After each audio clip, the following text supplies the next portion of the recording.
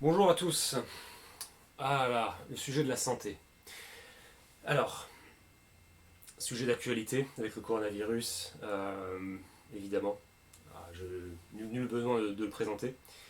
On est aujourd'hui au creux de la vague, peut-être une reprise, pas sûr. Alors, le débat fait rage, évidemment, entre ceux qui n'y croient pas, ceux qui croient, ceux qui croyaient à la deuxième vague, ceux qui n'y croyaient pas. Euh, donc, moi, je ne suis pas un expert de la santé, c'est pas mon boulot, c'est pas mon métier. En revanche, je pense avoir maturé un peu un point de vue sur le sujet qui peut vous intéresser. Alors je vais vous donner quelques idées à chaud, quelques points de vue, quelques points d'opinion. J'ai pas vraiment de plan particulier, précis, j'ai pas vraiment de message global à faire passer. Mais je pense que, enfin, si j'ai un message global à faire passer, ce serait l'idée de ce qui, à mon avis, peut être amélioré en France par rapport au sujet de la santé. Alors je pense que la vision de la santé en France n'est pas la bonne. Fondamentalement, elle n'est pas la bonne. Pourquoi? Alors pour plusieurs raisons. D'abord, c'est une vision de la santé qui est en général extrêmement mécaniste. Mécaniste, ça veut dire qu'on considère que le corps humain, c'est en gros une machine. Si on lui donne si on a un peu plus de poudre, de poudre verte, il va se comporter différemment. Si on a un peu plus de poudre jaune, il va faire autre chose. Euh, En tout cas, je ne vous dis pas ce que pensent les médecins, mais je vous dis dans, dans vraiment l'esprit global de la. C'est-à-dire, si vous prenez quelqu'un, vous interrogez quelqu'un dans la rue, vous lui demandez, vous posez la question comment ça marche à peu près les maladies, le corps, le truc, je parierais en France qu'il va sortir quelque chose de mécaniste. Euh, et donc, mécaniste, donc, comme je l'ai expliqué, ça veut dire vraiment assimiler le corps humain à une machine. Le corps humain, c'est pas une machine. C'est organique, c'est pas mécanique, c'est organique. Donc c'est très différent. Ça veut dire quoi? Alors déjà, ça veut dire que ce qui marche pour une personne ne va pas marcher pour une autre personne. C'est très difficile de faire des, je dirais, des généralités. En tout cas, dès qu'on va en précision, ça va être un peu plus compliqué. Euh, En gros, on sait soigner certaines maladies très bien, et d'autres, on ne sait pas du tout. Alors, où est-ce que je veux en venir avec tout ça? C'est que le corps et l'esprit sont liés. On le sait tous a priori, hein, on comprend bien que des forts niveaux de stress ou un impact somatique, mais c'est pas quelque chose, encore une fois, c'est quelque chose qui est perçu comme presque accidentel en fait. C'est pas quelque chose sur lequel on a vraiment une pensée globale. Et ça ne nous remet pas en cause, encore une fois, notre vision mécaniste de la santé, selon laquelle il faudrait changer un petit truc par-ci, changer un petit truc par-là, sans se poser la question du global, et finalement, ça va marcher, quoi.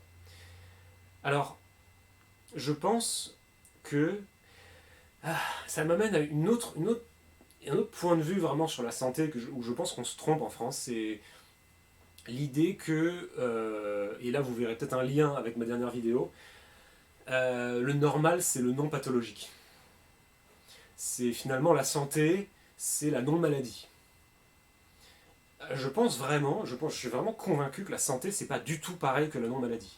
Vous pouvez ne pas être malade, vous pouvez ne pas avoir de symptômes de quelque chose, et pourtant être le terreau de toutes les maladies du monde. Euh, alors on comprend bien que oui, le mode de vie c'est important, oui, ce qu'on mange c'est important, il faut manger des pommes, il faut manger des fruits, il faut manger, oui, il faut pas manger de conneries, il faut faire du sport. Mais c'est pas quelque chose qui est, disons, maturé dans une vision précise de ce qui permet, enfin, comment dire, de ce qui permet d'obtenir tel ou tel résultat. Et surtout en particulier en fonction du corpus physiologique de la personne. C'est-à-dire, dans la médecine chinoise, il y a des types de personnes, des types énergétiques. Donc le style de médicament que tu vas donner à l'un, c'est pas du tout la même chose que tu vas donner à l'autre. Et ça, dans la médecine occidentale, ça n'existe pas. Vous êtes malade, si vous êtes malade, a priori, je vous donne le même médicament. Vous voyez ce que je veux dire? Alors, bien sûr, alors, encore une fois, il faut toujours nuancer, hein, c'est jamais aussi simple que ça. Bien sûr que les médecins, globalement, comprennent très bien que il y a une espèce de finesse à avoir, que tu peux pas juste arriver et dire bon bah les mêmes causes produiront les mêmes effets en gros. Mais, encore une fois, je parle pas des médecins, hein, je tiens vraiment à bien appuyer là-dessus. Je parle pas des médecins, je parle de la vision qu'on a de manière, enfin dans l'esprit de notre société, de la santé. Et je pense que, encore une fois, je pense qu'elle est fausse. Donc j'ai parlé de quoi? J'ai parlé du fait qu'on a une vision mécaniste, j'ai parlé du fait qu'on a une vision... Alors, et ça j'ai pas terminé, donc le normal et le pathologique. Donc on n'a pas une vision approfondie qui nous permet de dire, qui nous permet de voir la santé non pas comme un problème à résoudre, mais vraiment comme, je dirais, quelque chose de global et de permanent en fait. C'est-à-dire, dans les pays occidentaux, globalement, on sent, enfin, on se sent bien, bah on fait rien de spécial, et puis si on se sent moins bien, on va voir le médecin. Et une fois, le médecin nous donne des médocs, et puis on repart, et puis on prend les médocs, et enfin, à moins qu'il nous donne des conseils très spécifiques sur le mode de vie, on va pas changer particulièrement. Et je pense que la santé, c'est pas ça. En fait, la santé, c'est quelque chose qui se gagne au quotidien. La santé, c'est quelque chose qui se prépare, qui s'anticipe. Euh, je pense vraiment que le coronavirus, et là vraiment, c'est mon point de vue, je veux dire, on n'est pas obligé de le partager, mais je pense que de confiner des gens, de les obliger à rester chez eux, philosophiquement, j'ai un problème avec ça. C'est pas comme ça qu'on soigne les maladies. On soigne pas les maladies en demandant aux gens de rester chez eux, de ne rien faire. On soigne les maladies en autorisant les maladies à venir à nous, et en les comprenant, et en comprenant comment je dirais notre corpus interne de bactéries peut s'adapter au monde extérieur en fait. La santé, c'est pas se replier sur soi, la santé, c'est s'ouvrir en fait. Si vous voyez ce que je veux dire. Ce qui veut pas dire que tout le monde. Enfin, ce qui veut pas dire qu'il fallait rien faire pour le coronavirus. Mais en tout cas, je suis vraiment pas persuadé que de faire en sorte que tout le monde reste chez soi et ne se parle plus et ne se touche plus jusqu'à ce qu'on trouve un vaccin, c'est-à-dire la solution miracle, en fait, je suis philosophiquement convaincu que c'est complètement débile. Euh, voilà. Donc, qu'est-ce que j'avais d'autre euh, Bon, c'est un peu voilà, comme ça des flashs, mais je pense que vraiment il y a un souci. Il y a un souci dans l'Occident au niveau de la santé qui me semble, il me semble qu'on est quand même assez immature, quoi. C'est-à-dire qu'on comprend pas très bien ce qui se passe. On délègue tout aux médecins.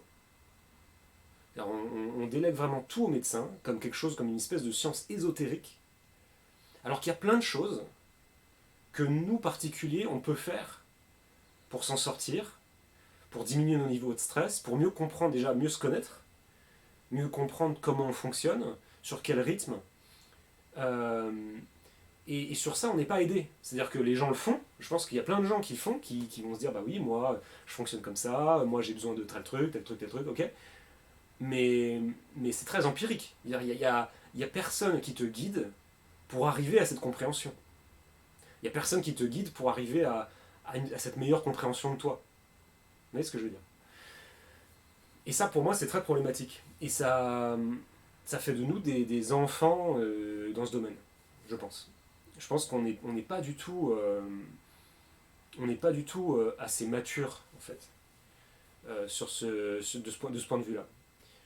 Et quand on voit d'autres types de médecine, par exemple la médecine chinoise, par exemple la médecine indienne traditionnelle, etc., on peut les critiquer d'un point de vue scientifique, très bien.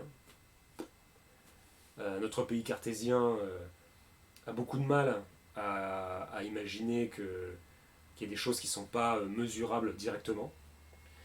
Ok. Mais ces médecines-là, l'avantage, c'est qu'elles te donnent un corpus théorique qui permet de comprendre comment ça marche. Pour toi. C'est des modèles en fait. Ça te donne des modèles physiologiques que tu peux après toi utiliser et te dire ok, bon alors, le froid c'est ça, le chaud c'est ça, si je suis plutôt froid je suis là, si je suis plutôt chaud c'est là. Alors que si tu transposes ça dans la médecine, pas traditionnelle, mais la médecine occidentale moderne, bah ça donne pas grand chose en fait. C'est bah j'attends que le vaccin sorte. Je suis malade, j'attends que le vaccin sorte. Tu vois. Et ça pour moi ça marche pas. Alors bien sûr, il y a des gens qui... Voilà, et les gens comprennent bien que globalement, il faut faire du sport, il faut se prendre en main, il faut se prendre en charge dans sa vie, il faut essayer de réduire ce niveau de stress. Les gens comprennent, mais ils sont pas aidés pour ça. Ils sont pas vraiment, à mon sens, ils sont pas vraiment au niveau sociétal aidés euh, pour, euh, pour résoudre ces problèmes par eux-mêmes, par leur mode de vie, par, par leur conscience aiguë de qui ils sont et de leurs besoins. Et ça, à mon avis, ça peut... Bah, ouais, c'est pas terrible, quoi. Voilà. Bon, voilà, tout ça, c'est vraiment un point de vue, je vous donne ça vraiment de manière très, très dans le désordre, mais, mais peut-être que je referai une vidéo là-dessus pour essayer de me comprendre. Peut-être plus particulièrement sur la psychologie, sur le rapport entre psychologique et corporel. Euh, mais pour l'instant, peut-être que je vais m'arrêter là. Je pense que j'ai essayé de donner un petit peu une idée de où j'en suis, en tout cas. Et après, on pourra peut-être évoluer et expliquer un petit peu plus en détail ce qui se passe. Voilà, bah, j'espère que ça vous a plu et n'hésitez pas à vous abonner. Et à bientôt.